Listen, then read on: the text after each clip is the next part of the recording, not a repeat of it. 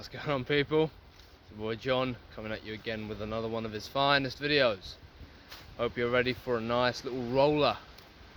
All praise to the Most High, as always. Have to get in the praises, man. And I don't mean superficial praises, I mean praises that come from within. You gotta really feel this shit, man. You gotta feel it. Really be one with the divine.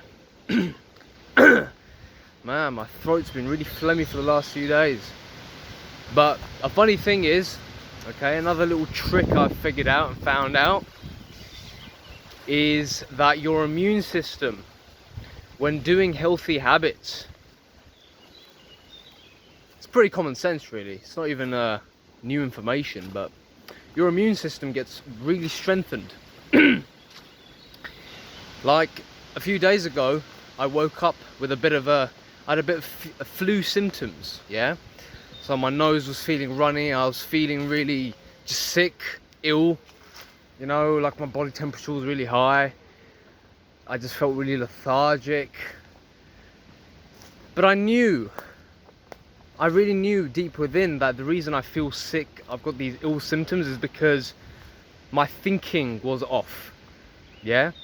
I was thinking really negative thoughts, I had negative ideas, sort of slipping into a lower vibration, if anything. And just at that turn, I began to feel sick, began to feel ill. It's not my dominant vibration anymore, right? Feeling down isn't a normal thing for me. So those symptoms, those flu symptoms, simply reminded me that I need to start doing meditation again. But you know, I do meditation every day, at least 10 minutes per session. But I need to lengthen the time, lengthen the sessions, okay? Don't just do 10 minutes anymore, go to 20, 25, 30, 45, 50, an hour, 2 hours, 3 hours even. If you're not doing anything, gentlemen, meditate, okay? If you're genuinely idle and you've got nothing to do, just meditate. Of course, there's a bunch of other healthy habits that you could do. You could be working out, you could be reading books, you could socialize with people who you like, you could be consuming good wisdom, of course, if you're not doing anything. But if you really have nothing to do, really, like let's say you've done your workouts, or you've done your reading, or you've done your socializing, or whatever, then meditate. Then just meditate. Just sit and meditate. Lie down and meditate. Don't fall asleep. That tends to happen. But just sit down and meditate. Always find an excuse or a reason as to why you should be meditating. Okay?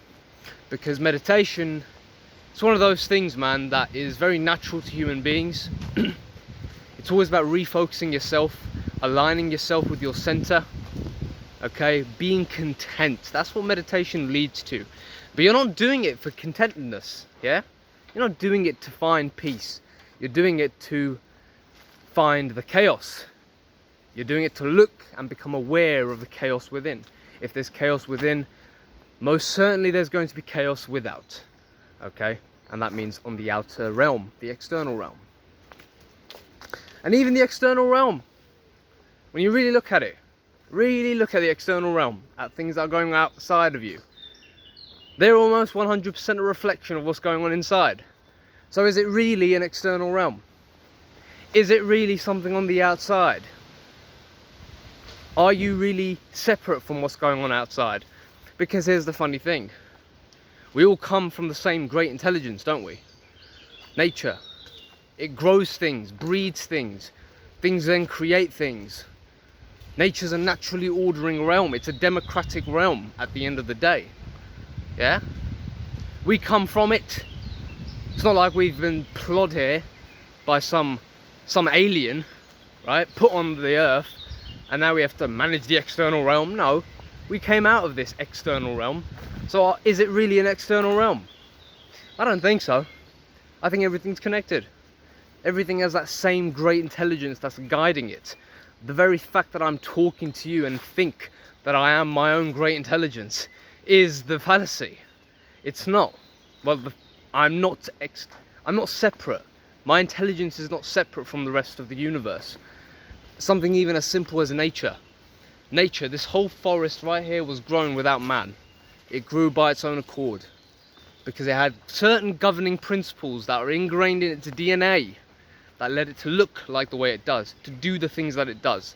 An intelligence. Scientists don't know what this intelligence is, but they're doing a good work in trying to get to the bottom of it, right? And we're exactly the same.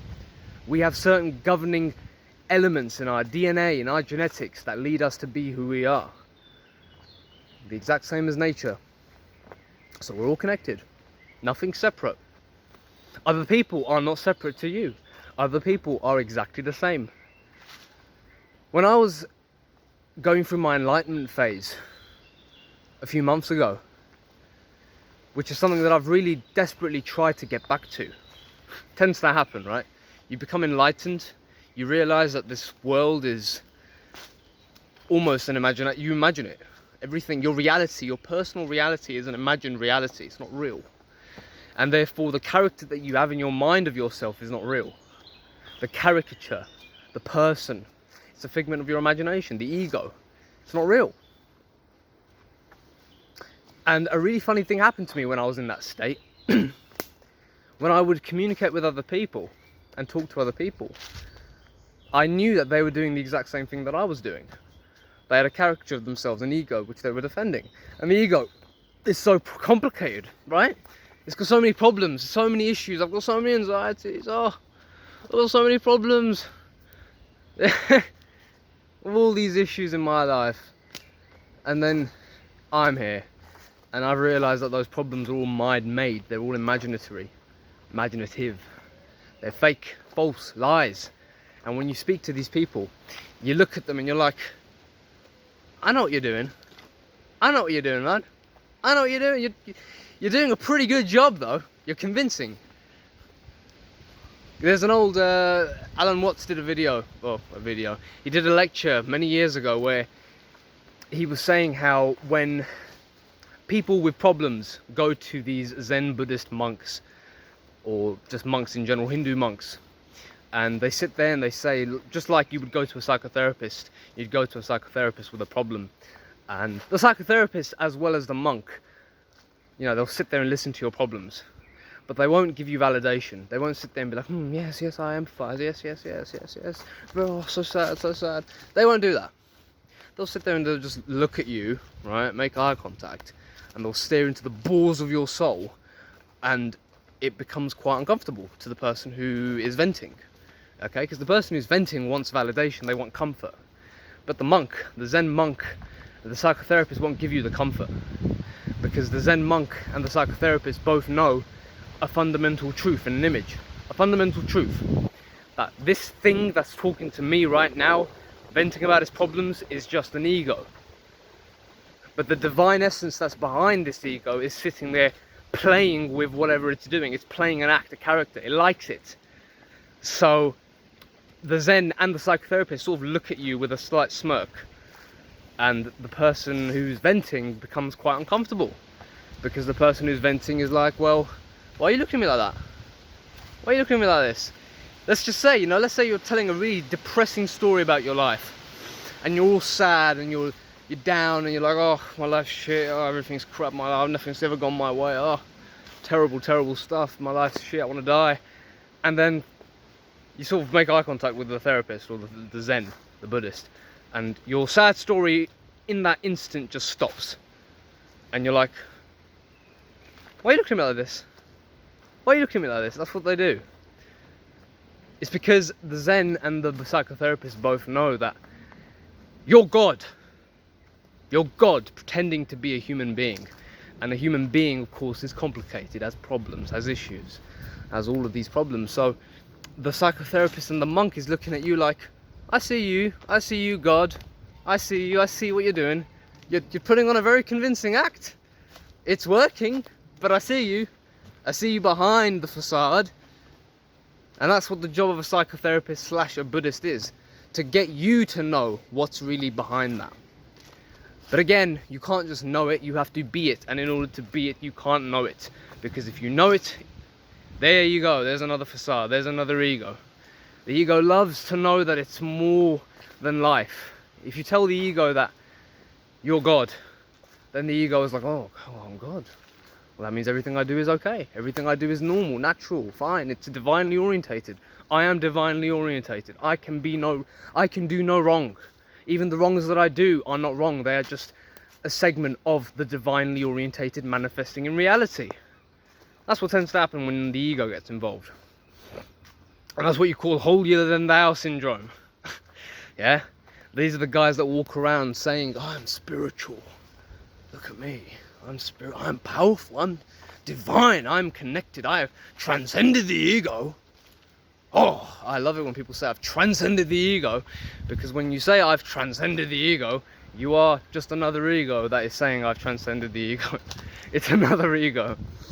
But yeah, I went through that phase when I first transcended the ego. Genuinely, I did transcend the ego, but without me even knowing it, the moment I realized that I transcended the ego, I'm in another ego now. So I was playing that part of someone who's transcended the ego. And I was walking around acting as if I'm some enlightened being, someone who's different from everyone else. No one's the same as me, right? I'm unique. I'm the Buddha. I'm Jesus. That tends to happen. Your ego gets very inflated when you discover this fundamental truth. You actually start to believe, am I a reincarnated Jesus? Am I the next Messiah? Because I know all of this stuff and I've transcended this fundamental dilemma that human beings have. Am I really someone who's meant to be greater than everything on earth? But then you remember and realize that Buddha and Jesus were just normal people who discovered this power and were leading other people to it. They didn't boast and say, I am this, I am that. Or Jesus did say, I'm the Son of God, but in those days when he was saying it, he was merely saying, the Son of God is everyone. Everyone is the Son of God. I'm no different from anyone else. But I do have a mission. My mission is to give you salvation, to make sure that you realize, to save you from yourselves, to save you from your ego, to save you from your false self. That's what Jesus' aim was, and he died for it. He paid the price for it. I'm not going to talk about the theology behind it because that's complicated, and there's a lot of theology behind it. But Jesus' teachings, his fundamental truths are things that should be repeated because they are fundamental truths, the same as the Buddha, fundamental truths. Okay, there's something about human history. You get these guys that come along every 1,000 years or so, and they've got a fundamental truth. And this fundamental truth is something that is innate to every human being. We recognize it instantly. We recognize leadership. We recognize potential. We recognize kingliness. It's in our DNA to do it, man. It doesn't go away. So gentlemen, keep that in mind.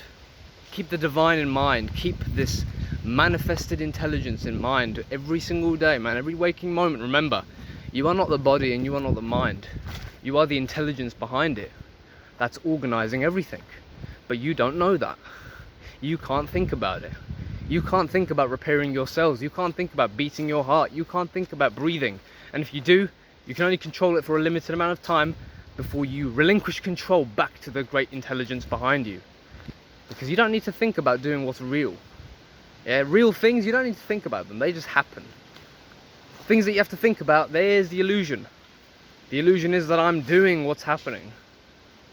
Well, you are, to some degree, but you're also not. Take it easy, gentlemen. I'll see you in the next one. Hope you enjoyed it.